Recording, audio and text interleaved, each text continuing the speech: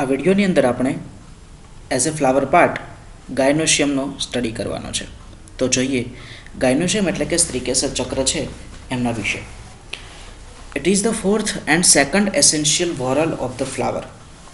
જો આપણે complete flower એટલે કે સંપૂર્ણ પુષ્પનો અભ્યાસ કરતા હોઈએ તો બહારથી અંદરની તરફ જઈએ તેમ કેલિક્સ, કોરોલા, એન્ડ્રોશિયમ અને છેલ્લું ફોર્થ વન સેન્ટ્રલ વોરલ જે આવે એ છે ગાયનોશિયમ. એને એસેન્શિયલ વોરલ પણ કહેવામાં આવે છે. As we know that androecium and gynoecium એ પુષ્પના male and female reproductive part છે. રિપ્રોડક્શન એ ફ્લાવરનું ફંક્શન છે. તો રિપ્રોડક્શનના ફંક્શન માટે જે જરૂરી વોરલ્સ છે એન્ડ્રોશિયમ અને ગાયનોશિયમ એ બંનેને એસેન્શિયલ વોરલ્સ તરીકે ઓળખવામાં આવે છે. તો gynoecium it is the fourth and second essential whorl of the flower. It is a female part of the flower comprising of the inner whorl of megasporophylls in the form of carpels bearing ovules. પુષ્પનું એ માદા પ્રજનન અંગ છે. It is a female reproductive part and it is comprising inner whorl. એ સૌથી અંદરનું ચક્ર બનાવે છે. અને એ અંદરનું જે ચક્ર જે ઇનર વોરલ બને છે શેનાથી બને છે? તો it is made up of megasporophylls. That means કે કાર્પેલ્સ એટલે કે સ્ત્રીકેસર. સ્ત્રીકેસરને મેગાસ્પોરોફિલ કહેવામાં આવે છે કારણ કે તેની અંદર મેગાસ્પોર એટલે કે જે મહાબીજાણુ છે એ એની અંદર નિર્માણ પામે છે. એની ઓવ્યુલ્સની અંદર મહાબીજાણુ એટલે કે મેગાસ્પોર છે એ ફોર્મ થતો હોય અને એટલા માટે ઓવ્યુલ છે એને મેગાસ્પોરેન્જિયમ અને કાર્પેલને મેગાસ્પોરોફિલ તરીકે ઓળખવામાં આવે છે. તો ઇન એન્જિયોસ્પર્મ એટલે કે આવૃતબીજધારી વનસ્પતિમાં જે કાર્પેલ છે સ્ત્રીકેસર છે એને મેગાસ્પોરોફિલ તરીકે આપણે ઓળખી શકીએ છીએ. આફ્ટર ઓલ ફ્લાવર્સના બધા જ પાર્ટ છે એ લીફનું મોડિફિકેશન છે.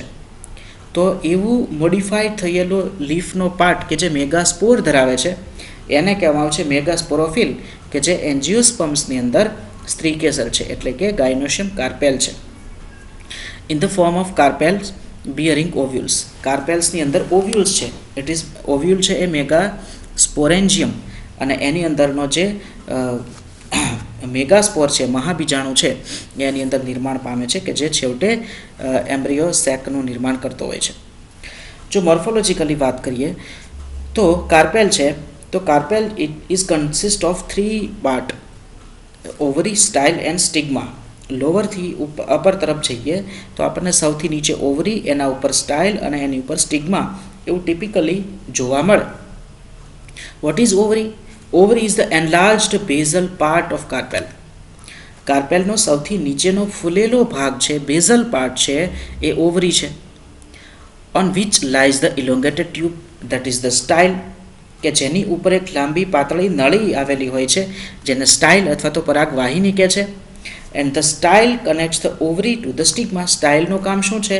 તો કે ઓવરીનું અને સ્ટાઇલના ઉપરના છેડે આવેલ સ્ટિગ્મા એમનું કનેક્શન કરવાનું. સ્ટિગ્મા એટલે કે પરાગાસન. પરાગાસન. The stigma is usually at the tip of style. સામાન્ય રીતે સ્ટિગ્મા છે એ સ્ટાઇલના છેડે આવેલું હોય છે. And it is a receptive surface for pollen grains. તે પોલન ગ્રેન્સ છે એના માટે એને એક્સેપ્ટ કરે છે, એને રિસેપ્ટ કરે છે. તો એ રિસેપ્ટિવ સરફેસ ધરાવતું જે સ્ટાઇલનો ઉપરનો છેડો છે એને કહેવામાં આવે છે stigma.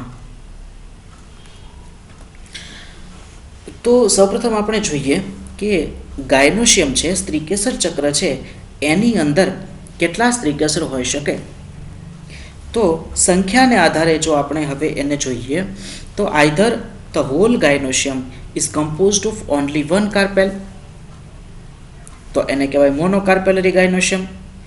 Or the gynoecium is composed of more than one carpel, then it is called polycarpellary gynoecium.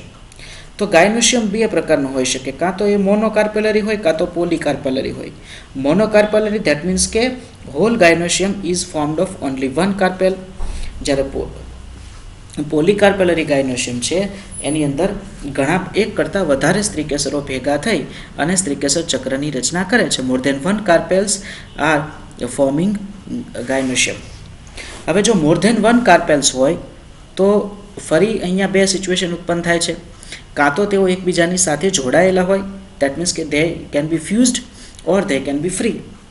હવે જો આ પોલીકાર્પેલરી સિચ્યુએશનની અંદર અથવા તો મલ્ટીકાર્પેલરી સિચ્યુએશનવાળા ગાયનોશિયમમાં આવેલા બધા જ કાર્પેલ્સ એકબીજાથી ફ્રી હોય તો એવી કન્ડિશનને કહેવાય એપોકાર્પસ કન્ડિશન.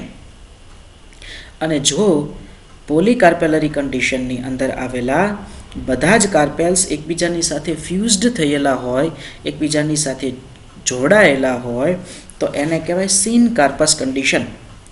તો પોલીકાર્પેલરી અથવા તો મલ્ટીકાર્પેલરી ગાયનોશિયમને વી કેન ફર્ધર ડિવાઇડ ધેમ એપોકાર્પસ અને સિનકાર્પસ કન્ડિશન પ્રમાણે. એ બાજુમાં એક આકૃતિમાં તમે જોઈ શકો છો કે મોનોકાર્પસ કન્ડિશન બતાવેલી છે. તો મોનોકાર્પસ કન્ડિશનમાં એક જ સ્ત્રીકેસર છે. ત્યાર પછીના બધી જ સિચ્યુએશન એવી છે કે જેમાં પોલીકાર્પેલરી ગાયનોશિયમ છે કે જેમાં એક કરતાં વધારે કાર્પેલ્સ આવેલા છે. હવે એક કરતાં વધારે હોય તો જે બીજા નંબરની સિચ્યુએશન છે એમાં તમને 3 કાર્પેલ જોઈ શકો છો અને all the 3 carpels are free from each other. એ વાતની સાબિતી ક્યાં મળે કે તેઓ એકબીજા કરતાં છૂટા છે? તો જ્યારે એમના બીજાશયનો આડો છેદ લઈએ ત્યારે એમની જે ઓવરીનો ટીએસ લઈએ તો એમના ટીએસ ઓફ ઓવરી છે એકબીજાથી કમ્પ્લીટલી સેપરેટેડ જોવા મળે. દેટ મીન્સ કે they are not fused with each other.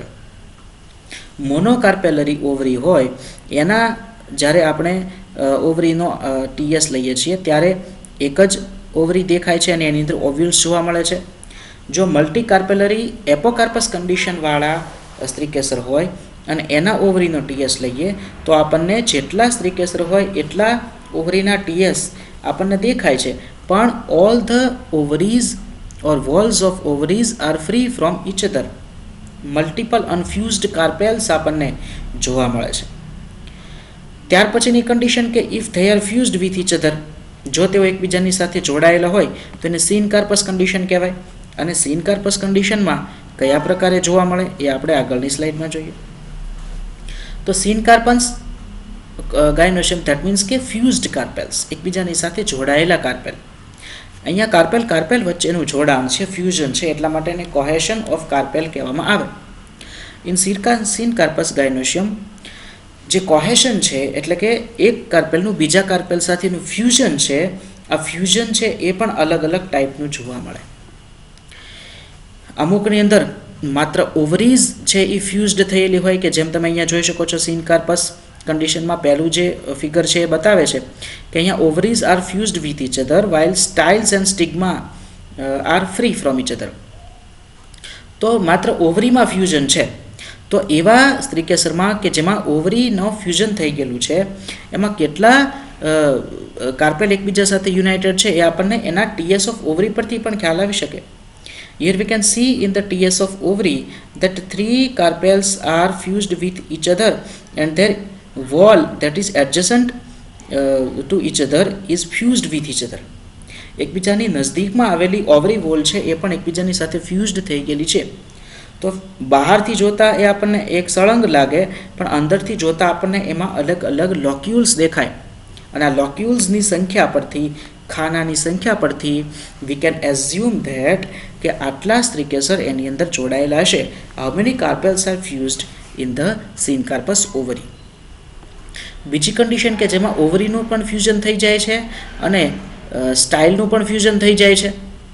તો એવે વખતે સ્ટિગ્મા ફ્રી પણ હોઈ શકે અથવા તો ફ્રી ન પણ હોય. જો ફ્રી હોય તો આપણને સ્ટિગ્માના લોબ્સ પરથી મોર્ફોલોજીકલી બહારથી ખ્યાલ આવી શકે કે કેટલા કાર્પેલ એકબીજાની સાથે ફ્યુઝડ છે.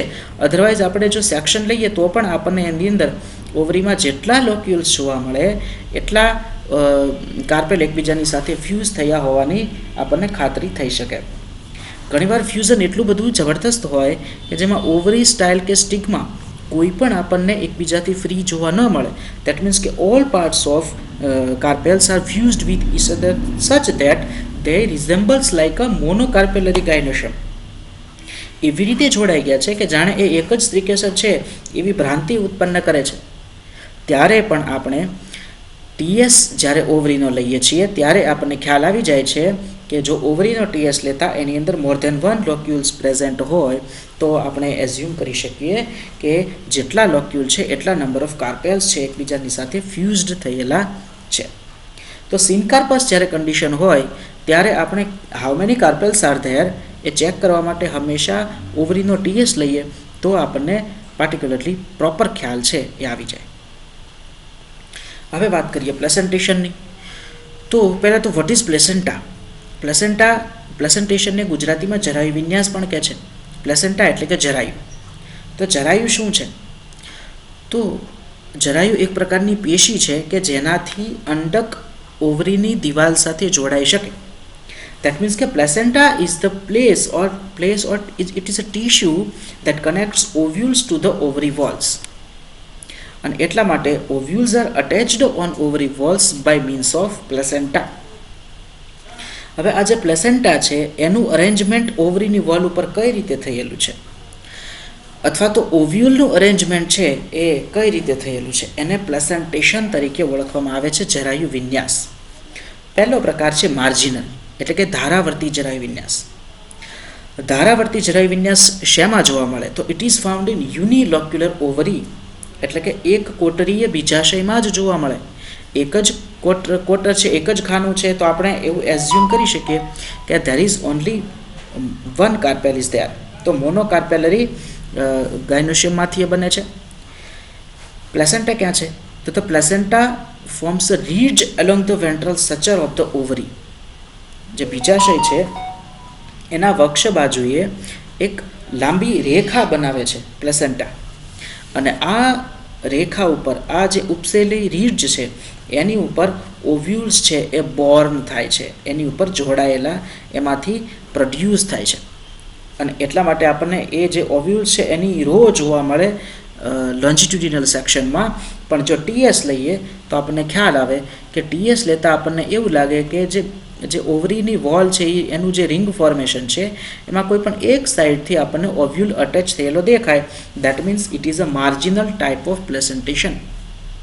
ધારાવર્તી પ્રકારનો જરાયુ વિન્યાસ આને કહેવાય.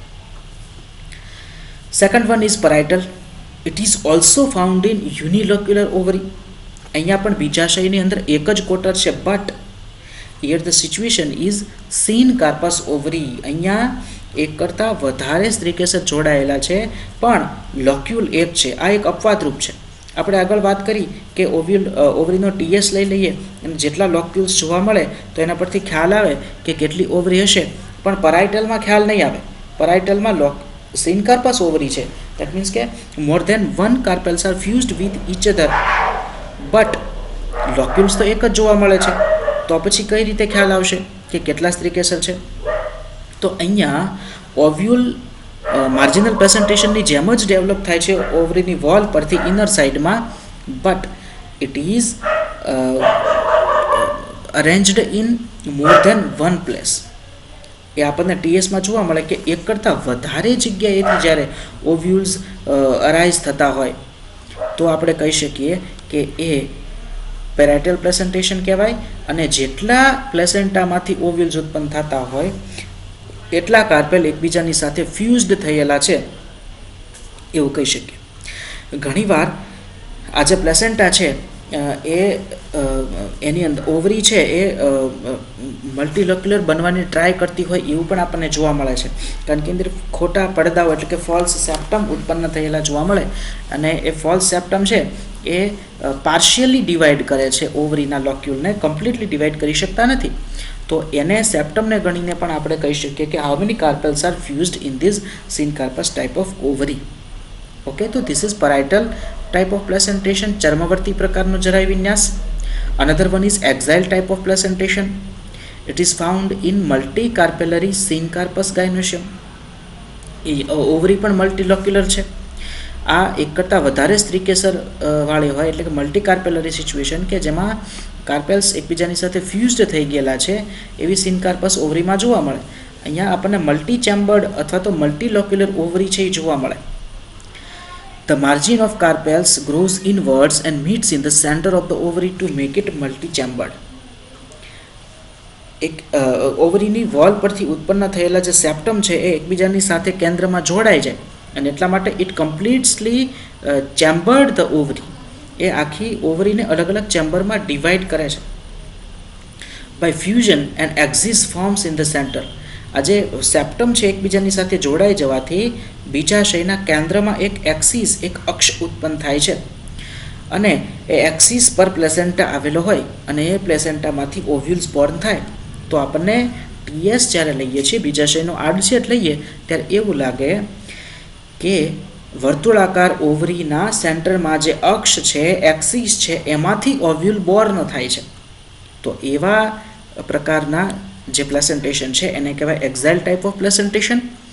અને જેટલા સંખ્યામાં આપણને એમાં ચેમ્બર્સ ગણી શકાય, એ ચેમ્બર્સની સંખ્યા પરથી, એ લોક્યુલ્સની સંખ્યા પરથી we can assume that how many carpels are fused. Number of chambers is equal to number of carpels that are fused in this syncarpous ગાયનોશિયમ.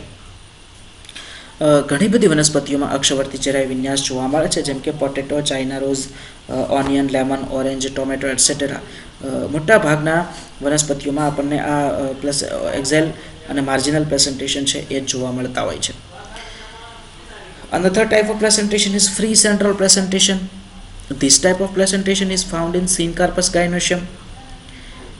In it, the ovary is unilocular and the ovules are born on the axis in the center of the ovary. અહીંયા આ પ્રકારનો જે presentation છે એ જ્યારે TS of ઓવરી લઈએ ત્યારે આપણને કોની જેવો લાગે છે, તો કે એ લાગે છે એક્ઝાઇલ પ્રેઝન્ટેશન જેવો. But what is the difference between axile presentation and free central presentation?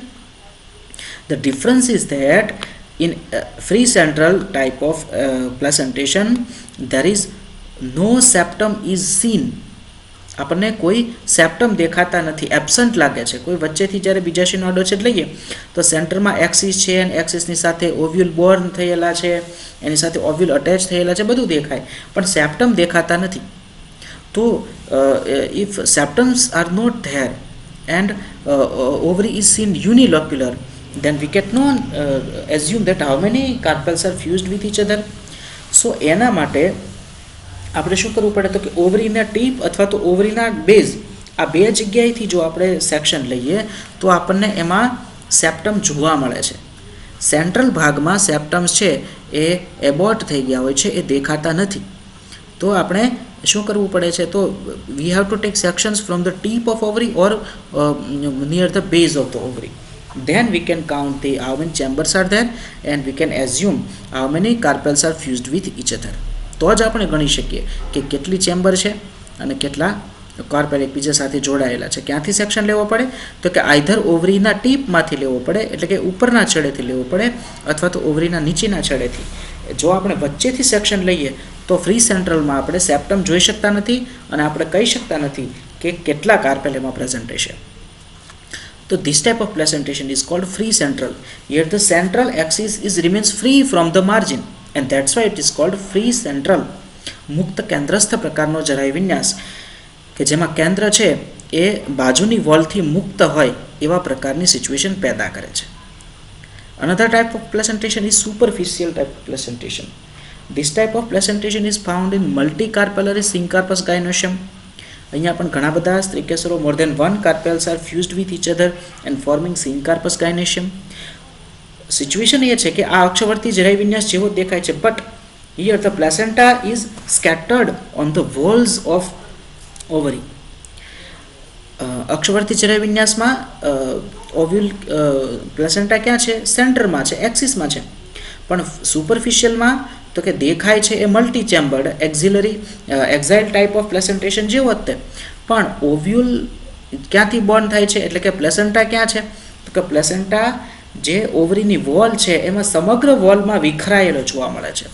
Placenta is scattered on the walls of ovary and from there many of number of ovules are produced.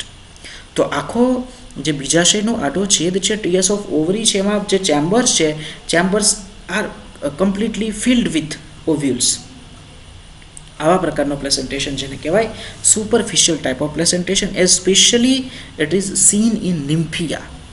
કમળની અંદર આ પ્રકારનો પુષ્પ વિન્યાસ જોવા મળે છે. The last type of presentation is basal presentation, તલસ્થ પ્રકારનો જરાય વિન્યાસ. Here the ovary is unilocular and a single ovule is borne. અહીંયા બીજાશય પણ એક જ કોટરીય છે, એક જ ત્રિકેસરીવાળું હોય છે અને ઓવ્યુલ પણ એક જ બને છે. Single ovule, single locule. અને ઓવ્યુલ ક્યાંથી બોર્ન થાય છે? તો કે ovule borns at the base of ovary. Ovule છે એ બીજાશયના તળિયેથી ઉત્પન્ન થાય, એટલે તલસ્થ જરાય વિન્યાસ, બેઝલ પ્રેઝન્ટેશન. મેરીગોલ્ડ અને સનફ્લાવરમાં આ જોવા મળે છે. બેઝલ પ્રેઝન્ટેશનની ખાસિયત એ છે કે જો એનો ટીએસ લેવામાં આવે તો અહીંયા પણ જો બેઝલ પાર્ટમાંથી ટીએસ લીધો હોય તો આપણને ઓવ્યુલ જોવા મળી જાય વચ્ચે કદાચ, કે જે આજુબાજુની વોલ સાથે જોડાયેલો નથી. પણ જો ઉપરથી આપણે છેદ લીધો હોય, ઉપરથી ટીએસ લીધો હોય તો આપણને એ ચેમ્બર આખી ખાલી દેખાય. ખાલી દેખાય ત્યારે આપણે ફરીવાર એનો ઊભો છેદ લેવો પડે. We have to take longitudinal section